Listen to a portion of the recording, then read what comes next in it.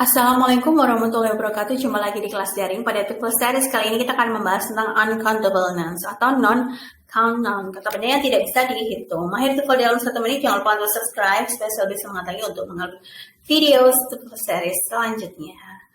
Oke, sebelum kita pahami konsepnya dulu tentang uncountable nouns atau kata benda yang bisa dihitung ya. Nah, di sini kita tidak bisa menghitung uncountable nouns seperti halnya countable nouns ya. Jadi contohnya milk. Nah, you cannot say one milk, two milks.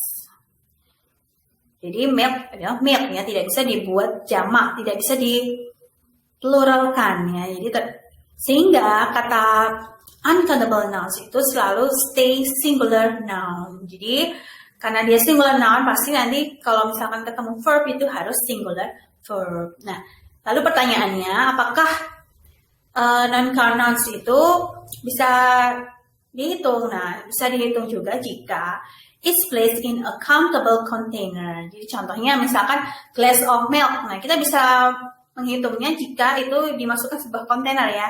Contohnya 1 glass of milk, 2 glasses of milk. Tapi untuk kata milk sendiri, ketika berdiri sendiri itu dia bisa menjadi countable nouns. Tapi bisa menjadi countable nouns jika dimasukkan ke dalam countable container. Oke, itu adalah tentang definisi countable noun, uncountable nouns. Nah, di sini ada some example of uncountable nouns, yaitu kata measles, food, economics, physics, mathematics, politics, news, money, meat. Kemudian moms, and then information, homework, itu adalah contoh dari uncountable nouns. Soal yang pertama ya. Daniel said that if he had to do another homework tonight, he would not be able to attend the concert. Nah, kita lihat sini ada kata if he had to, kemudian setelahnya ada kata he would not be able. Jadi kata if he had to itu adalah pakai verb ya, verb 2 di situ, kemudian kata would juga sama-sama verb 2. Jadi yang A di sini sudah benar ya. Kemudian yang B another. Nah, another di sini berasal dari kata an sama other. Jadi itu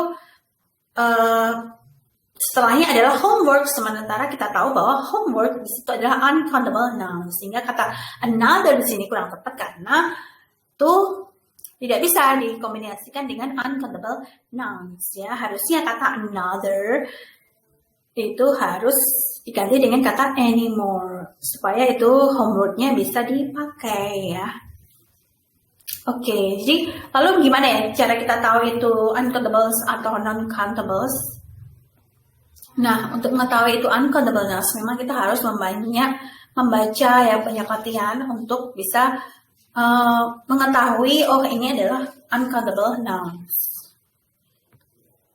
Kemudian contoh yang kedua, there was a very interesting news on the radio this morning about the earthquake in Italy. Nah, di sini kita lihat kata there was. Kata there was di sini sudah subject, verb to be is okay ya. Kemudian kata be di sini ada a very interesting news. Sementara kita tahu kata news di sini adalah uncountable noun, sehingga penggunaan kata indefinite article a di sini kurang tepat karena news tidak bisa dihitung ya, sehingga kata a di sini harusnya dihilangkan. Jadi ini salah yang B ya. Oke. Soal ketiga, the boards of realtors doesn't have any information about the increase in rent for this area. Kita lihat di sini ya, ada kata information. Nah, di sini ada depannya ada kata any. Nah, any ini biasanya digunakan untuk plus uncountable nouns. Kemudian kata information tidak bisa dijamakkan juga, sehingga yang part A di sini salah, harusnya kata S di situ dihilangkan ya. Cukup information, baik itu karena dia uncountable nouns, jadi tidak bisa dikatakan satu atau banyak ya. Jadi dia stay singular ya, tanpa S ya, information.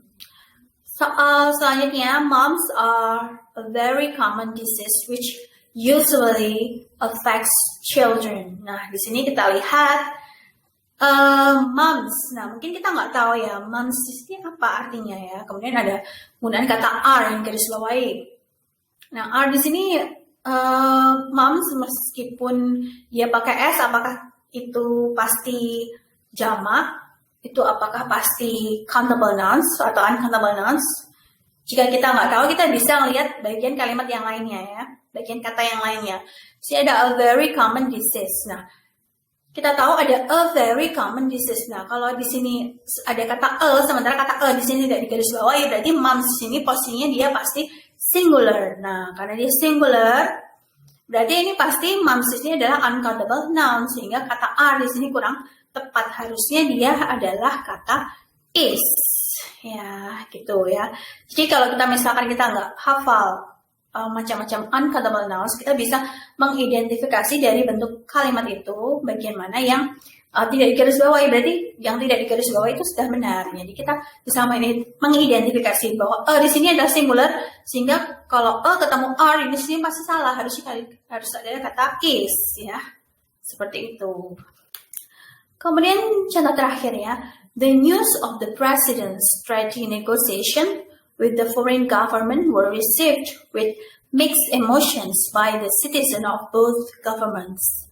Nah, kita lihat di sini kata the adalah different article yang menjelaskan news. Di sini it's okay ya, tidak masalah. Kemudian kita lihat verbnya ada kata were. Nah, di sini ada kata news. News itu adalah uncountable nouns yang mana harus selalu stay sebagai singular noun. Jadi meskipun ada s-nya, tapi ini bukan countable ya.